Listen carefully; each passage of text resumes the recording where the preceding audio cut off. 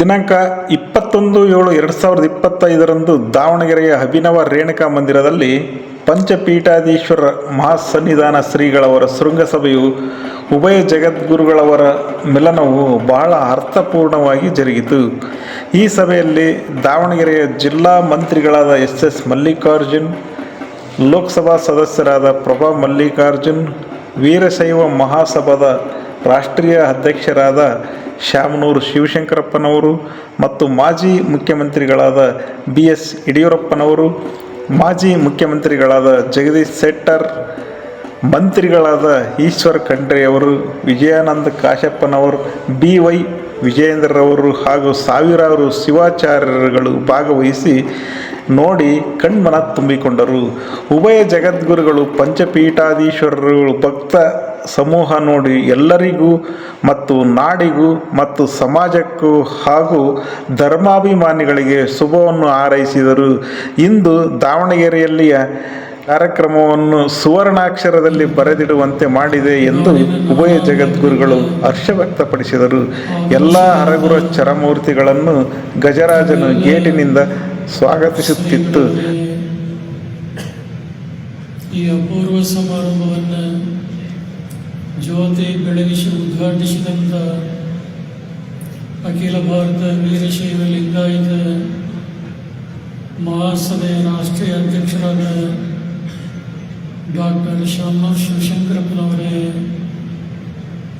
ಈ ಅಪೂರ್ವ ಸಮಾರಂಭದಲ್ಲಿ ಪಾಲ್ಗೊಂಡು ತಮ್ಮ ಸಂತೋಷದ ನುಡಿಗಳನ್ನು ಹಂಚಿಕೊಂಡಂಥ ಮಾಜಿ ಮುಖ್ಯಮಂತ್ರಿಗಳು, ರೈತಪರ ಹೋರಾಟಗಾರರಾದಂಥ ಸನ್ಮಾನ್ಯ ಶ್ರೀ BS ಯಡಿಯೂರಪ್ಪನವರೇ, BJP ಘಟಕದ ಅಧ್ಯಕ್ಷರಾದಂಥ BY ವಿಜಯೇಂದ್ರ ಅವರೇ, ಸಮ್ಮುಖ ವಹಿಸಿದ ಎಲ್ಲ ಪ್ರೀತಿಯ ಶಿವಾಚಾರ್ಯ ಬಳಗವೇ, ಅತಿಥಿ ಸ್ಥಾನವನ್ನು ಅಲಂಕರಿಸಿರುವ ಶಾಮನೂರು ಶಿವಶಂಕರಪ್ಪರನ್ನು ಮೊದಲುಗೊಂಡು ಯಡಿಯೂರಪ್ಪನವರನ್ನು ಮೊದಲುಗೊಂಡು ಉಪಸ್ಥಿತ ಎಲ್ಲ ಗಣ್ಯಮಾನ್ಯ ಸಜ್ಜನ ಬಂಧುಗಳೇ, ಶಾಸಕರೇ, ಸಂಸದರೇ, ಸಮಿತಿಯ ಎಲ್ಲ ಪದಾಧಿಕಾರಿಗಳೇ, ನಿರೂಪಕರೇ, ಸಂಗೀತ ಕಲಾ ಬಳಗವೇ, ಅಪಾರ ಸಂಖ್ಯೆಯಲ್ಲಿ ಆಗಮಿಸಿರುವಂಥ ಭಕ್ತ ಬಂಧುಗಳೇ, ತಾಯಂದಿರೇ, ಮಾಧ್ಯಮ ಪ್ರತಿನಿಧಿಗಳವರೇ, ಮಧು ಮಕ್ಕಳು, ಬೇರೆಯವರಿಗೆ ಸಮಯ ನಾವು ಹೇಳಿದ ಮೇಲೆ ನಾವು ಕೂಡ ಅದೇ ಸಮಯವನ್ನು ಅನುಸರಿಸಬೇಕು. ಶ್ರೀಮದ್ ಜಗದ್ಗುರು ಪಂಚಾಚಾರ್ಯ ಮಹಾರಾಜ ಕೀ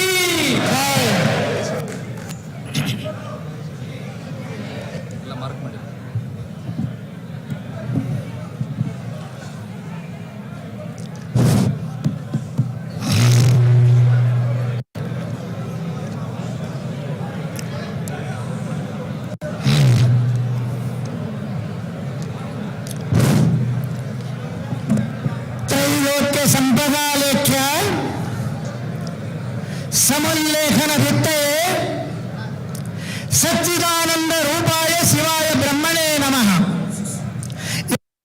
ಸರ್ವಲೋಕಾನಾಂ ಪ್ರಕೃತಿಂ ಶಾಸ್ತ್ರಪಾರಗಾಃ ತಾಂ ಧರ್ಮಚಾರಿಣಿಂ ಶಂಭೋ ಪ್ರಣಮಾಮಿ ಪರಾಂಶಂ. ವೈರಾಗ್ಯ ಧರ್ಮಪೀಠೇಶಂ ವ್ಯಾಸಾದಿ ಮುನಿಮಾನಿತಂ ವೇದಾದಿ ಭಾಷ್ಯಕರ್ತಾರಂ ವೇದ ಸಿದ್ಧಾಂತ ಬೋಧಕಂ ಭೃಂಗಿ ಗೋತ್ರಾದಿನಾಥಂಚ ಶೃಂಗಿ ಪ್ರಮುಖ ಪೂಜಿತಂ ಏಕೋ ರಾಮಂ ಗುರುಂ ವಂದೇ ಕೇದಾರ ಕ್ಷೇತ್ರವಾಸಿನಿ. ಪಂಡಿತಂ ಪಂಡಿತಾರಾಧ್ಯಂ ಪಿಂಡಾದಿಸ್ಥಲಬೋಧಕಂ ಅಖಂಡಂ ದಂಡವದ್ವಂದೇ ಸೂರ್ಯಮಂಡಲ ಮಂಡಿತಂ. ಸದಾ ಸ್ಮರಣೀಯರಾದ ಶ್ರೀಶೈಲ ಪೀಠದ ಗುರು ಪರಂಪರೆಯನ್ನು ಭ್ರಮರಾಂಭ ಮಲ್ಲಿಕಾರ್ಜುನ ಸ್ವಾಮಿಯರನ್ನು ಮನದಲ್ಲಿ ನೆನೆದು ಕರ್ನಾಟಕದ ಮಧ್ಯಭಾಗ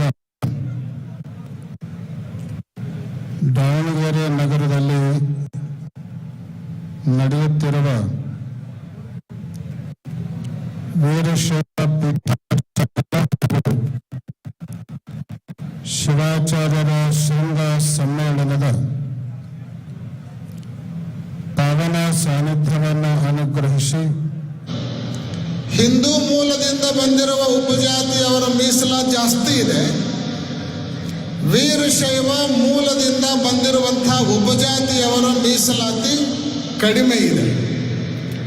ಆ ಹೆಚ್ಚಿನ ಮೀಸಲಾತಿಯನ್ನು ಪಡೆದುಕೊಳ್ಬೇಕು ಅನ್ನುವಂಥ ಉದ್ದೇಶವನ್ನು ಇಟ್ಟುಕೊಂಡು ವೀರಶೈವ ಮೂಲದ ಅನೇಕ ಉಪಜಾತಿಯವರು ಹಿಂದೂ ಮೂಲದ ಉಪಜಾತಿಯ ಜೊತೆಗೆ ಸೇರಿಕೊಳ್ಳುವಂತಹ ನಮೂದಿಸುವಂತಹ ಪ್ರಯತ್ನವನ್ನು ಮಾಡ್ತಾ ಇದ್ದಾರೆ.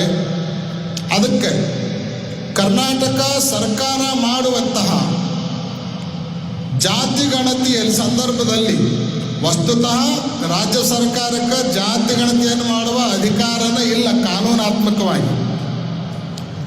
ಕಾನೂನಾತ್ಮಕವಾಗಿ ಅಧಿಕಾರ ಇಲ್ಲದೇ ಇದ್ದ ಸಂದರ್ಭದಲ್ಲೂ ಕೂಡ ಅಕಸ್ಮಾತ್ ಮಾಡಲಿಕ್ಕೆ ಹೊರಟ್ರೆ ಮಾಡಿದ ನಂತರ ಬರುವಂತಹ ನಿರ್ಣಯದ ಸಂದರ್ಭದಲ್ಲಿ ವೀರಶೈವ ಲಿಂಗಾಯತ ಧರ್ಮದ ನಿಖರವಾದ ಸಂಖ್ಯೆ ನಮಗೆ ಹೊರಗೆ ಬರಬೇಕು ಅಂದ್ರೆ ಮೊದಲು ಈ ಮೀಸಲಾತಿಯಲ್ಲಿರುವಂಥ ತಾರತಮ್ಯವನ್ನು ಹೊಡೆದು ಹಾಕಿ ಯಾವುದೇ ವೃತ್ತಿ ಆಧಾರಿತ ಉಪಜಾತಿ ಅವರಿಗೆ ಅದು ಯಾರೇ ಇರಲಿ, ಉದಾಹರಣೆಗೆ ಹೇಳಬೇಕು ಅಂದ್ರೆ ಗಾಣಿಗ ಇರಲಿ, ಹಡಪದ ಇರಲಿ, ಅಗಸ ಇರಲಿ, ಕಮ್ಮಾರ ಇರಲಿ, ಚಮ್ಮಾರ ಇರಲಿ, ಯಾರೇ ಇರಲಿ, ಅವರೆಲ್ಲರಿಗೂ ಕೂಡ ಅದು ಹಿಂದೂ ಮೂಲದಿಂದಲೇ ಬಂದಿರಲಿ ಅಥವಾ ವೀರಶೈವ ಮೂಲದಿಂದ ಆದರೂ ಬಂದಿರಲಿ, ಯಾವ ಮೂಲದಿಂದ ಬಂದಿದ್ರೂ ಕೂಡ ಅವರೆಲ್ಲರಿಗೂ ಒಂದೇ ಥರನಾಗಿರುವಂಥ ಮೀಸಲಾತಿಯನ್ನು ಸರ್ಕಾರ ಪ್ರಕಟ ಮಾಡಿತು ಅಂದ್ರೆ